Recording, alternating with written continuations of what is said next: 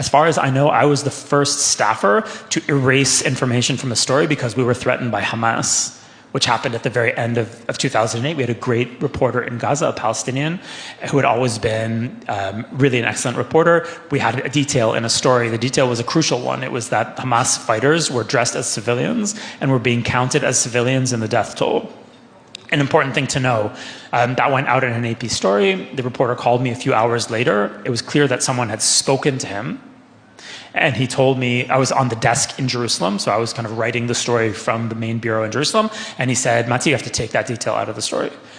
And it was clear that someone had threatened him. I took the detail out of the story. I suggested to our editors that we note in an editor's note that we were now complying with Hamas censorship.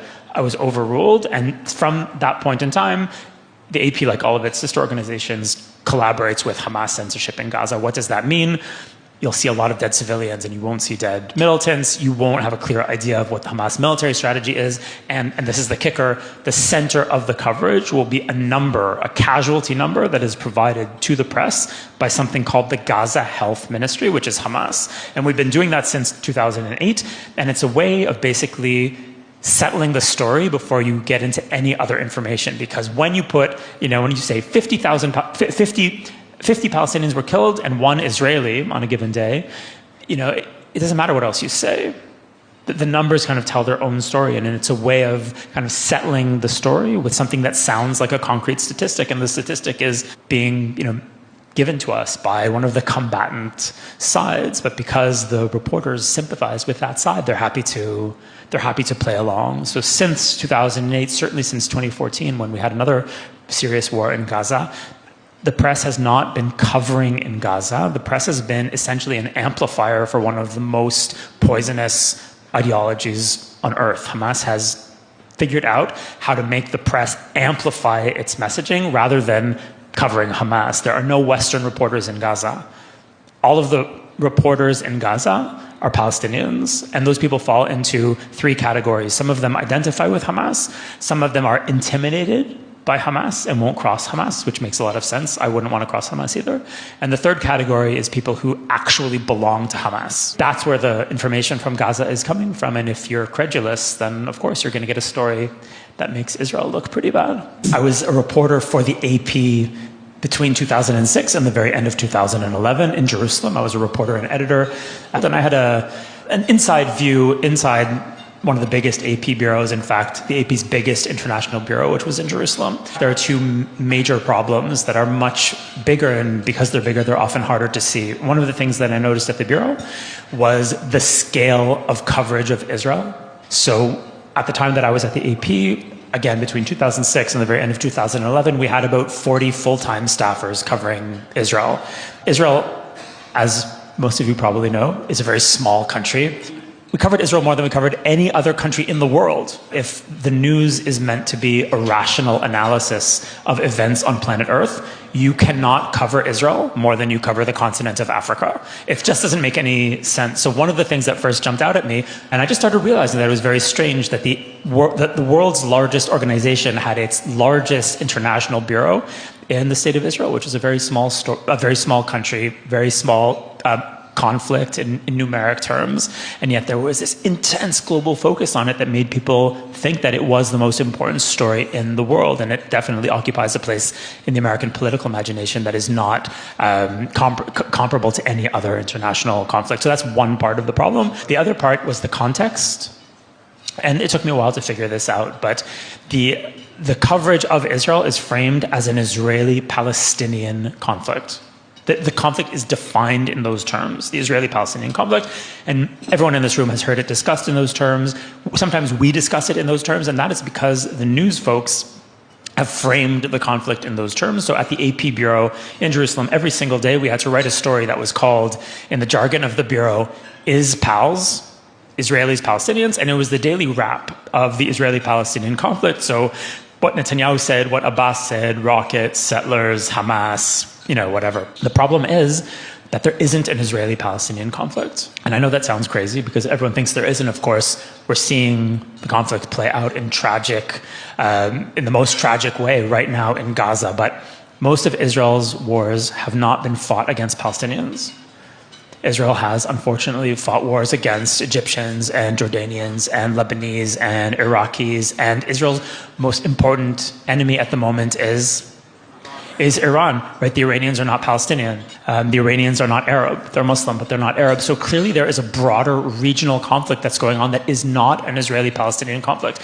And we've seen it in the past year. If we had a satellite in space looking down and just following the paths of ballistic missiles and rockets fired at Israel. So we just have like a photograph of these red trails of rockets fired at Israel. You'd see rockets being fired from Iraq and from Yemen and from Lebanon and from Gaza and from Iran. You'd see the contours of a regional conflict.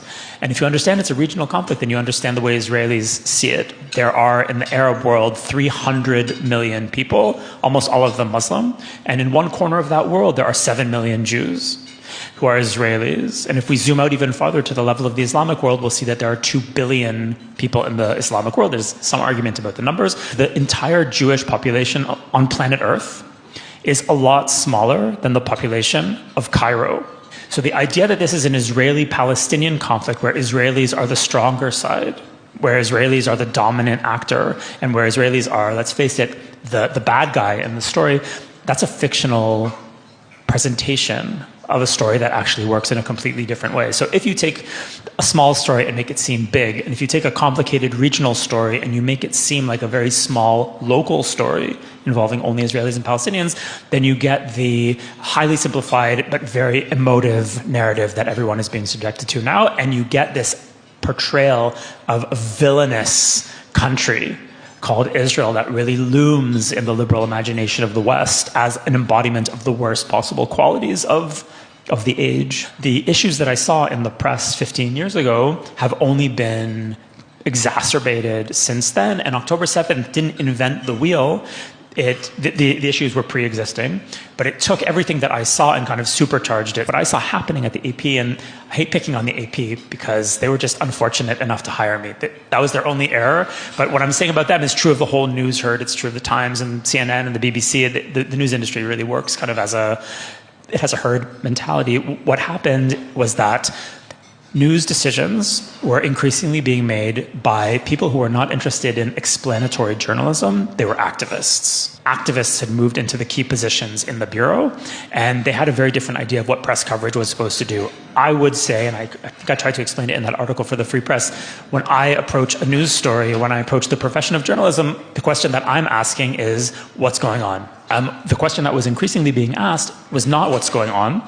The question was, who does this serve? That's an activist question. So when you look at a story, you don't ask, is it true or is it not true? You ask, who's it going to help? Is it going to help the good guys or is it going to help the bad guys? So if Israel in the story is the villain, then a story that makes Israel seem reasonable or rational or sympathetic needs to be played down to the extent possible or made to disappear. And I can give you an example from my own experience. At the very end of 2008, 2 reporters in my bureau, people who I know, learned of a very dramatic peace offer that Prime Minister Ehud Olmert had made to the Palestinians. So Olmert, who was the Prime Minister at the time, had made a very far-reaching offer that was supposed to see a Palestinian state in all of Gaza, most of the West Bank, with land swaps for territory that Israel was going to retain, and a very far-reaching international consortium agreement to run the old city of Jerusalem. It was a very dramatic, it was so far-reaching, I think that Israelis probably wouldn't have supported it, but it was offered to the Palestinian side, and the Palestinians rejected it as insufficient.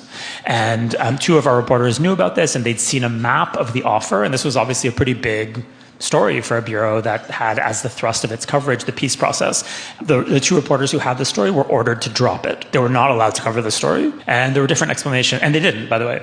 AP did not publish the story at the time, even though we were the first to have it. Eventually it kind of came out in other ways through other news organizations, but we knew it first. Why were we not allowed to cover it? Because it would have made the Israelis, who we were trying to villainize and demonize, it would have made Israel seem like it was trying to solve the conflict on reasonable lines, which of course was true at that time. So that story would have upended the thrust of our news coverage, so it had to be made to go away, even though it was true.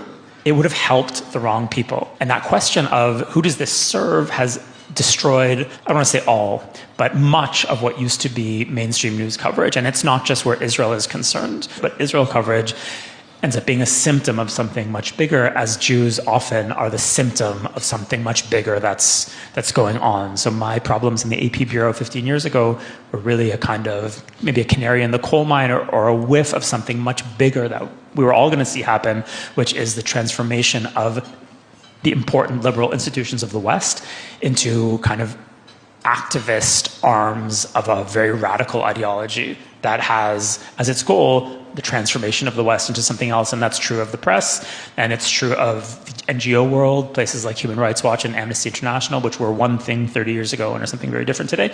And it's also true of big parts of the academy. It's true of places like Columbia and places like Harvard. They still have the logo, they still have the name, but they serve a different purpose. And I just happen to be on the ground floor of it as a reporter. Journalism is power, and the power has to be wielded in support of justice. So when the journalists become activists, then no one can understand what's going on, because the story itself is fake. And there are many examples of it, but returning to what you asked about October 7th and reporting post October 7th, you can really see it happen. The massacres of October 7th were very problematic for the ideological stream that now controls a lot of the press, because it's counterintuitive. You're not supposed to sympathize with Israelis, and yet there were a few weeks after October 7th when they were forced to, because the nature of the atrocities were so heinous that they could not be ignored. So you had the press covering what happened on October 7th, but there was, you can feel it as someone who knows that scene, you could feel there was a lot of discomfort. There was a lot of discomfort. It wasn't their comfort zone. And you knew that within a few weeks, maybe a month, it was going to snap back at the first opportunity. When did it snap back?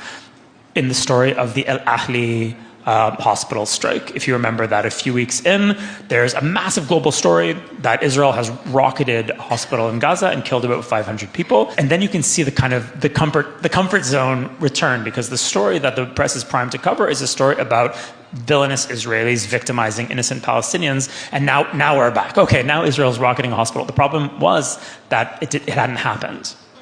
A lot of stories don't happen and they're allowed to stand. But this story was so far from the truth that even the people involved couldn't make it work, and it had to be retracted. But it was basically too late. And then, as soon as the Israeli ground offensive got into swing in Gaza, then the story really becomes the same old story, which is the story of Israel victimizing Palestinians for no reason. And you'll never see Hamas militants in uniform in Gaza. You just see dead civilians, and you'll see the aftermath of a rocket strike when an Israeli F-16 takes out the launcher. But you will never see the strike, which is the way it's worked in Gaza since the very end of 2008, which is when the first really bad round of violence in Gaza happens, which is when I'm at the AP.